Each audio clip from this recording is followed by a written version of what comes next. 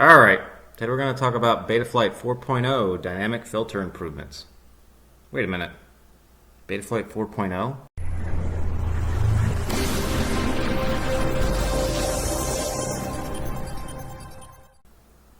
Okay, so a little backstory here. We were working on the dynamic filter improvements pretty much from the beginning of July, and we're hopeful to get all of them into Betaflight 3.5. But the feature freeze occurred and we weren't done. So there's partial improvements in there for the dynamic filter, but there was more improvements thereafter. So through the feature freeze, progress on the filter was still being made, and now that is available in the latest Jenkins builds in Betaflight 4.0. If you can see here, these are just some plasma sheet graphs, and on the left hand side we show the classic dynamic filter, which is from 3.4 and earlier. And this is the same test protocol, so same test flights for the same quad, and this is my quad. So you can see the issue was, and why the improvements were being made, is that the dynamic filter wasn't really hitting this noise up here. This is above 400 hertz, you can see. So what was going on is when I was going full throttle between, I don't know, 75 to 100%, the motor band, which you can see kind of right through here, the noise wasn't really being attenuated well anywhere, like I said, above 400 hertz. And what we noticed is that right above 300 some odd hertz, it was like 340, the dynamic filter just kind of gave up. It wouldn't go any higher, the center frequency of the roll, pitch, and yaw, because it has three, it operates on each axis independently, just wouldn't really go above 340. So in Betaflight 3.5, we were kind of midway through that, and you can see it's better. It's definitely better. This is with a notch width of 20, where the classic dynamic filter was more of around 40 for notch width, and we'll talk about that percentage. This is a 20%, this would be 40%. So you can see even with half the width of the notch, it was doing better than the classic in Betaflight 3.4. So if this would actually be 40, you'd see even better. It's not really exactly apples to apples. We've kind of handicapped this test here. And then you can see in Betaflight 4.0, which is the build, this is the test build. We had a version of 12, so we went through 12 versions of the test code to, and you can see how it's even better here than 3.5. So you can see the iteration through here and how the dynamic filter kind of improved every step along the way. So in Betaflight, what do we first need to do? Well, we first need to go to the configuration tab and make sure the dynamic filter is turned on. By default, it should be on now. All the builds after 3.4, dynamic filter is on by default, so that should be taken care of. Honestly, after that, you would just go ahead and fly it and see how she goes. There is variables now for the dynamic filter that you can do some improvements. So we're going to get into those here and how you can tell if you need to make some tweaks maybe to make it better than the defaults, or the current defaults. I'll show what those are, and then hey, maybe before Betaflight 4.0 stable comes out, maybe we need to change those to different defaults. But as of right now, we think they're the best defaults, but until you get out to a wider user base, it's really hard to tell. So if you go into the CLI of Betaflight and type get dyn, there is these options now. If you do the same thing in 3.5, you get somewhat different options. There's this Q value, and then there's the width. I think those are the only two. Now there's three. The Q value is totally gone, so we took that out of it without going into too much detail. That had to do with a bandpass filter, which is no longer used. So essentially, you can change it, the dynamic filter, to do pre-static filter noise detection for where it figures out where to put the center of the notch, or post-static filter. So the default is after static filters. You can change the width from 1% to 99%, and default is 40. That closely mimics the classic dynamic notch width. It's not exactly the same, but it's close. And then the filter range, now we have this low, medium, and high, which the default is medium. We'll talk about all that here in just a second. So the first up is the FFT location. So with the dynamic filter, what it does is it looks at the noise on your quad, does basically a spectrograph. It's not exactly a spectrograph. And then it figures out where the peak motor noise is on all three axes. It does this independently, and then it tries to center the notch over that. So as you're going into, as you're moving throttle up and down, that moves. That peak goes up and down, and depending on what moves you're doing, there might be multiple peaks, and that's really what's tricky.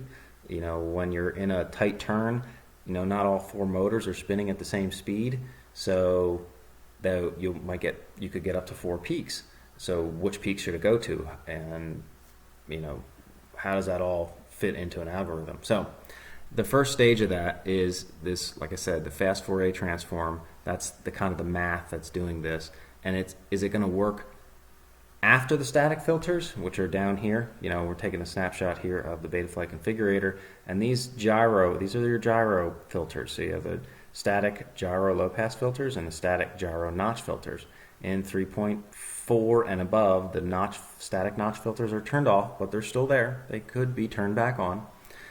And the low pass filters are there, and those are turned on by default.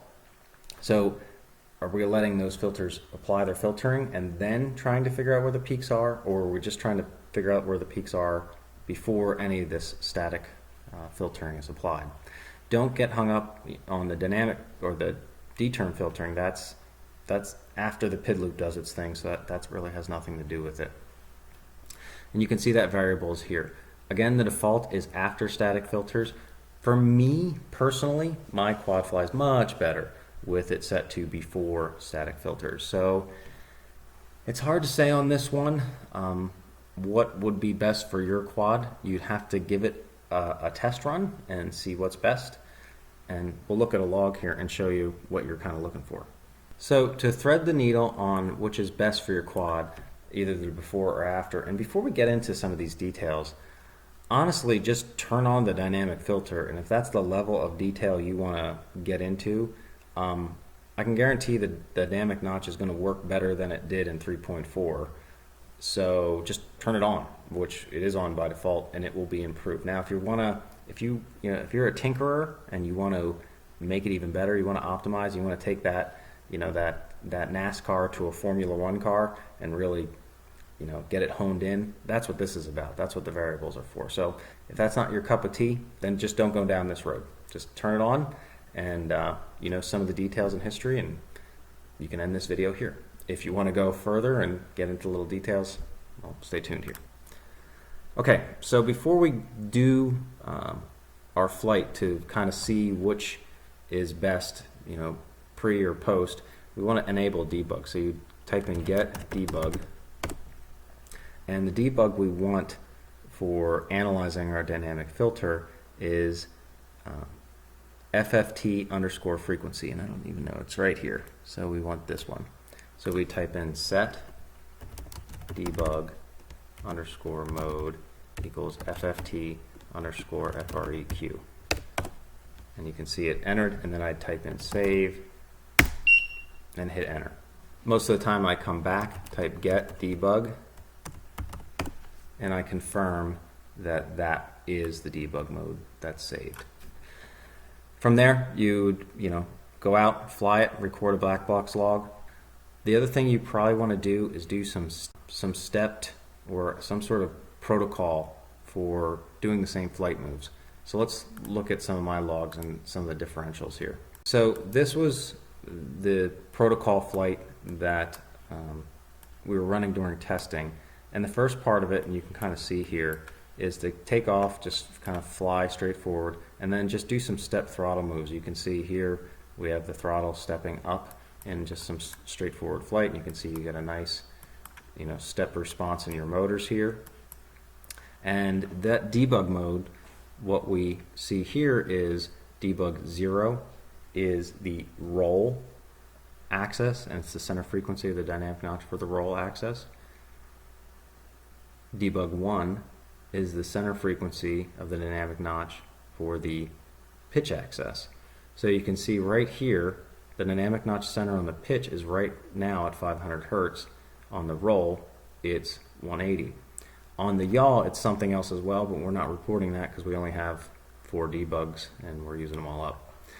The debug 3 is the raw noise on the roll axis, and debug 2 is the noise on the roll axis after the static filters. So what you can see here is that my pitch axis is pretty much, locking onto a certain peak around a certain frequency here, but my roll axis is all over the place. It's going up and down. So it's detecting peaks all over the place, and this is where it's at full throttle.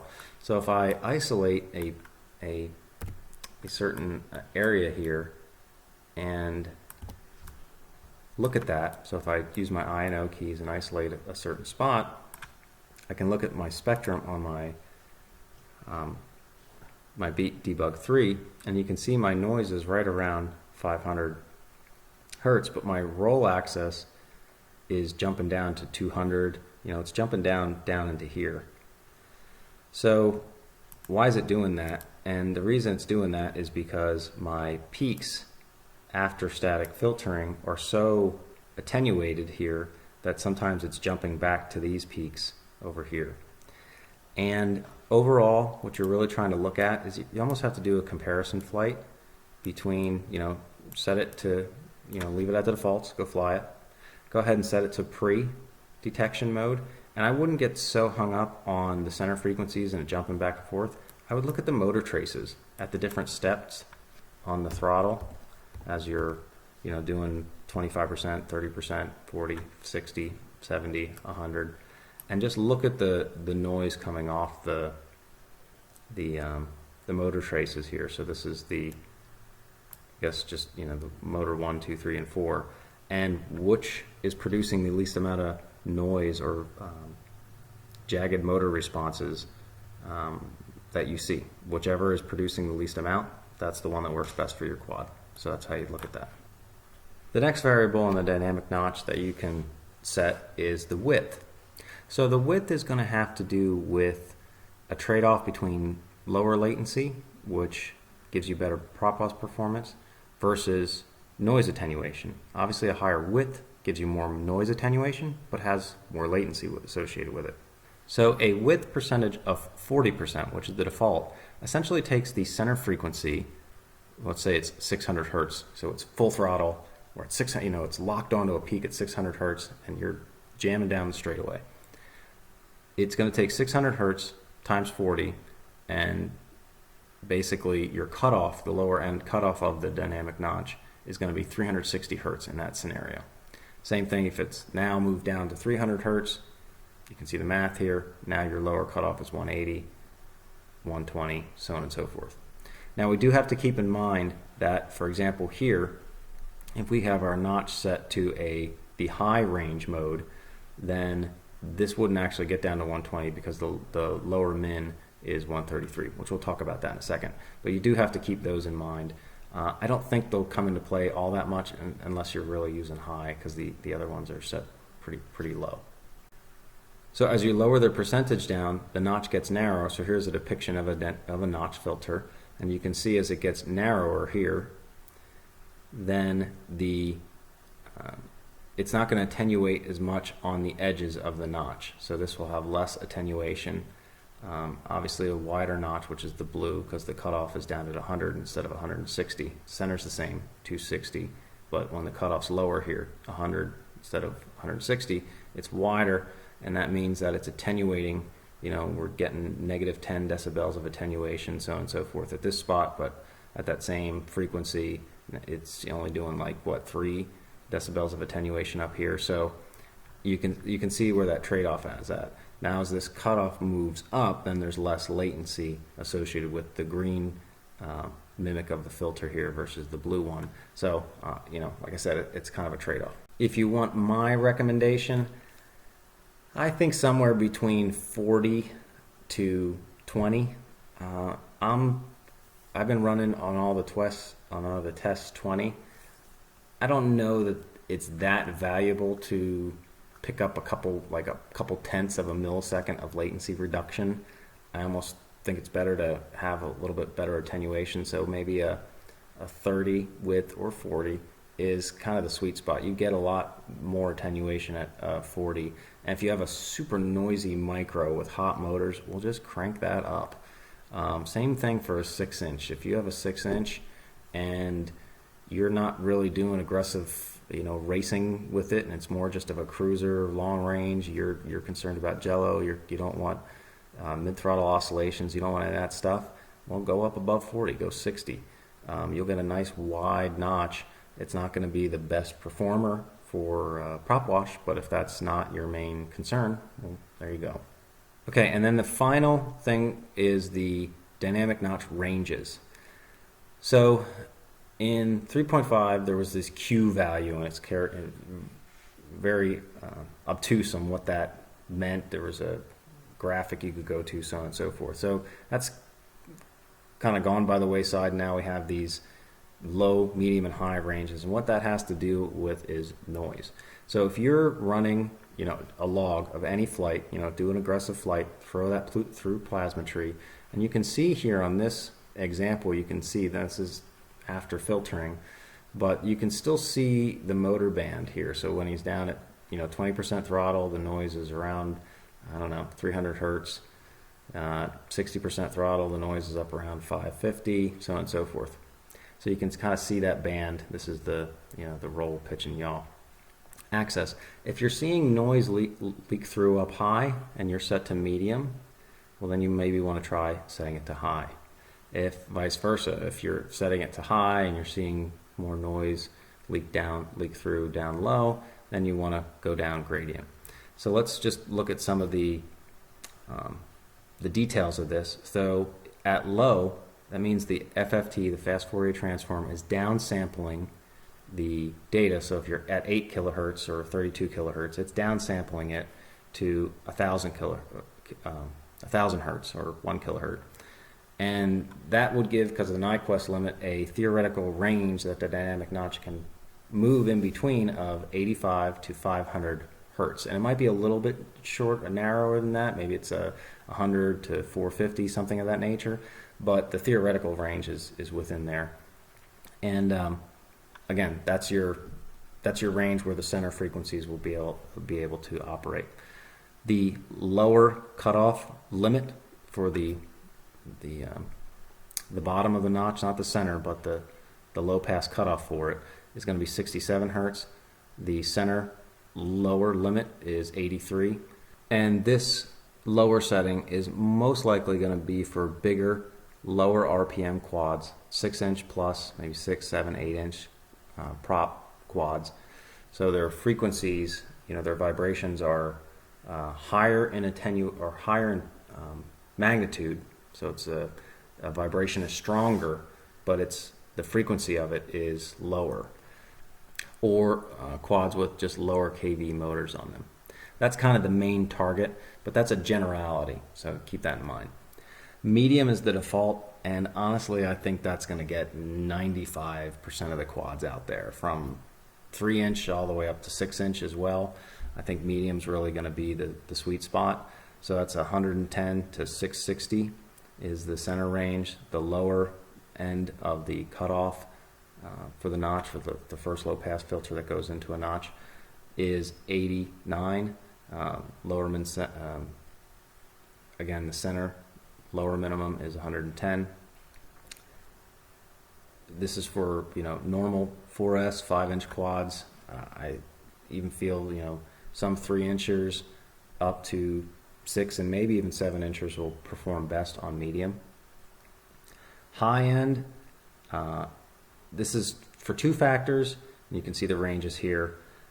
Is either if you have a high performance micro, what's a 3-inch quad or below, 2.5, 2-inch with a stiff frame, pretty high kV motors, or just a real high power to weight ratio. Maybe 4 or 5-inch quads with high kV motors and light frames and that are very stiff, maybe might be high.